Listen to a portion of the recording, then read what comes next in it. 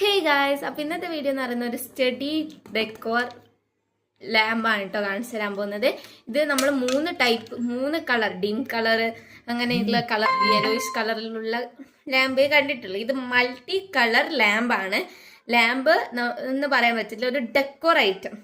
Okay, അപ്പോൾ എന്താണെന്ന് നോക്കിയാലോ. അപ്പോൾ ഇതാണ് കേട്ടോ ആ ഒരു സംഭവം.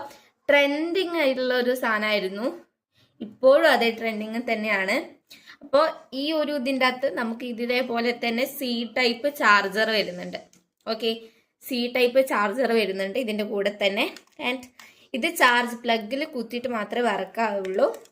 അപ്പോൾ നമുക്ക് പ്ലഗിൽ കുത്തിയിട്ടൊന്ന് വർക്കാക്കി നോക്കിയാലോ.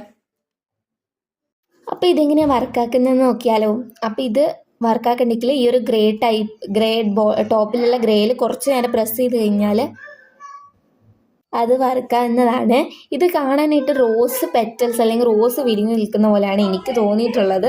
ആൻഡ് ഇതിൽ ഡിഫറെൻറ്റ് കളേഴ്സ് ഉണ്ട് കേട്ടോ, മൾട്ടി കളേഴ്സ് ഉണ്ട്. ടീല്, പർപ്പിൾ, അതേപോലെ തന്നെ ഓറഞ്ച്, അതേപോലെ തന്നെ ബ്ലൂ കളർ, അങ്ങനെ ഡിഫറെൻറ്റ് ടൈപ്പ് കളേഴ്സ് ഉണ്ട്. ഇത് കളർ മാറ്റാനായിട്ട് ഇതേപോലെ ഗ്രേയിൽ കുറച്ച് നേരം ഒന്ന് പ്രസ് ചെയ്ത് കൊടുത്താൽ ഒന്ന് ടാപ്പ് ചെയ്ത് കൊടുത്താൽ മാത്രം മതി.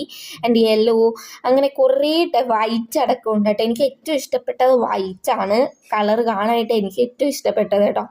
അപ്പോൾ ഇത് ഇരുട്ടത്ത് വെച്ച് കഴിഞ്ഞാലും അടിപൊളിയാണ്. ഞാനിപ്പോൾ ലൈറ്റ് ഓൺ ആക്കിയതുകൊണ്ടാണ് ഡിം കളർ ഇരുട്ടത്ത് വെച്ചിട്ട് ഞാൻ എങ്ങനെയാണെന്ന് കാണിച്ചു തരാം.